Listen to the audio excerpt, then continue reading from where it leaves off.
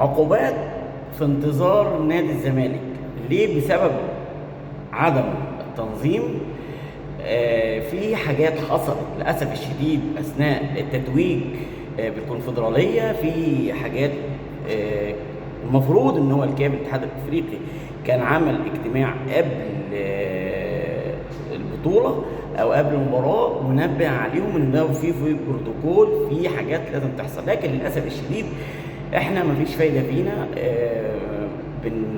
بنحب نعمل مشكلة من مفيش. طبعا من ضمن الحاجات اللي اتكلم فيها الاتحاد الافريقي وكتبها في الشكوى، زي مثلا احد اعضاء مجلس اداره نادي الزمالك رفع الكاس قبل ما يستلموا الكاس.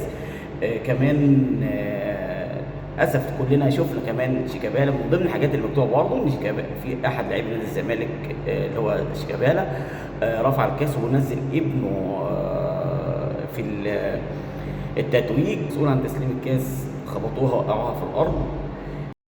كان احمد الطيب هاجم النادي الاهلي بضراوه بطريقه غير طبيعيه بعد المباراه امبارح، وكتب بوست انا مش هقدر اتكلم عنه، لكن تقدروا حضراتكم تدخلوا على صفحته وتشوفوا الكلام اللي قاله والهجوم الرهيب على النادي الاهلي بعد فوز الزمالك. رساله صغيره لكن في نفس الوقت فحواها كبير.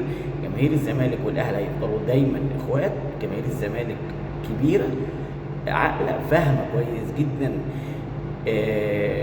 ما بيضحكش عليها، والحمد لله شفنا العلاقات بين مجلس الناديين بقت فوق الممتازه. فبلاش الحته اللي انت بتلعب عليها على مشاعر جماهير الزمالك، كفايه. العهد البائد بتاعك انت والمجلس السابق اللي كان عامل مشاكل كتير جدا مع كل الانديه، مش نادي الاهلي بس، فبلاش.